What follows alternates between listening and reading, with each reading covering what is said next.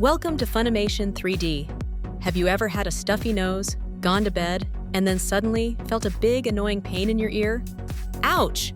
Why does that happen? And why do kids seem to get ear infections more than grown-ups?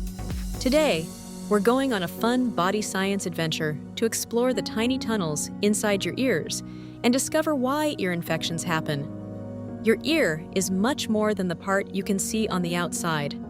Deep inside your head, your ears have amazing little parts working together to help you hear voices, music, laughter, and all the sounds of the world around you. One important part is called the middle ear. The middle ear is a tiny space behind your eardrum. You can think of the eardrum like a tiny drum hidden inside your ear.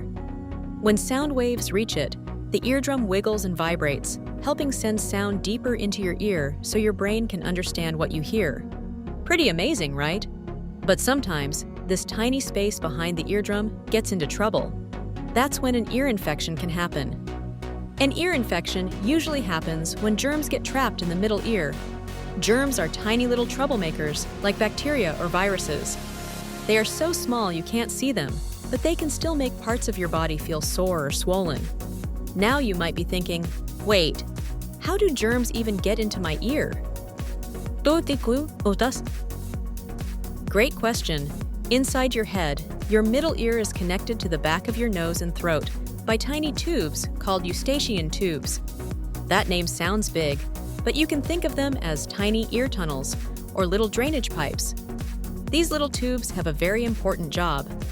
They help let air move in and out of the middle ear. They also help drain away fluid. When these tiny tubes are open and working well, everything stays balanced, comfortable, and healthy inside your ear. But then along comes a cold. Your nose gets stuffy, your throat may feel scratchy, you start sneezing, sniffing, and maybe feeling tired. And inside your head, those tiny ear tubes can start to swell up too.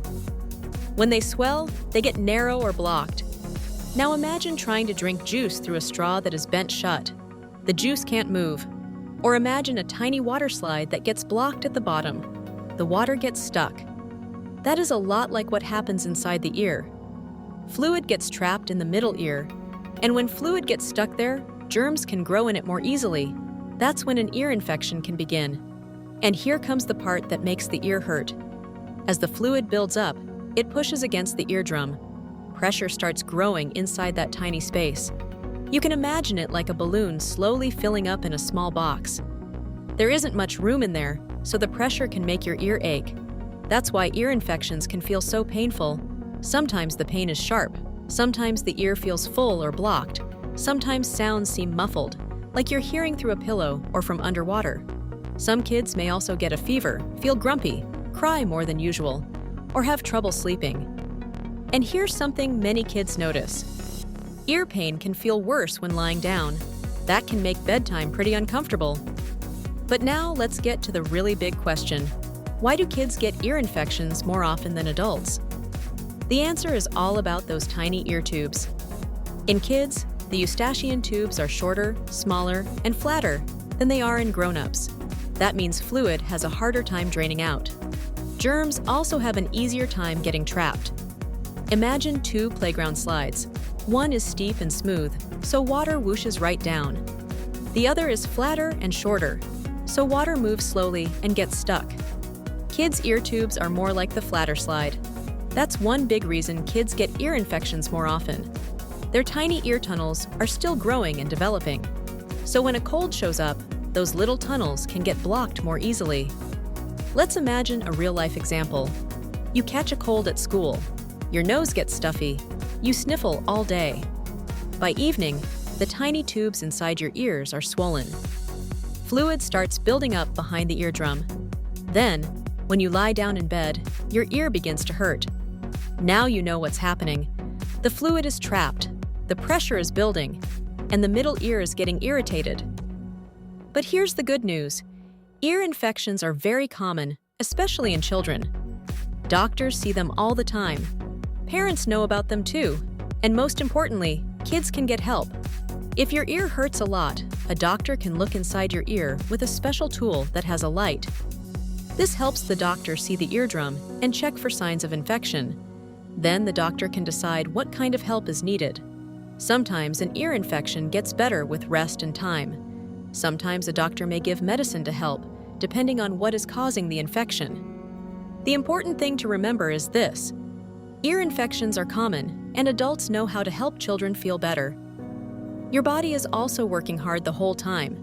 Your immune system is like your body's own superhero team. It helps fight germs and clean things up while you rest and recover. So even when your ear hurts, your body is trying its best to help you heal. That's pretty incredible. And once the swelling goes down and the trapped fluid clears away, the pressure gets smaller and the ear usually starts to feel much better. So let's remember the big idea. An ear infection often happens after a cold or stuffy nose. Tiny ear tubes inside the head can get swollen and blocked.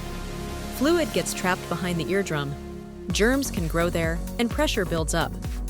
That pressure can cause pain, a full feeling in the ear, or trouble hearing clearly. Kids get ear infections more often because their ear tubes are smaller, shorter, and flatter than adults' tubes, so fluid gets stuck more easily.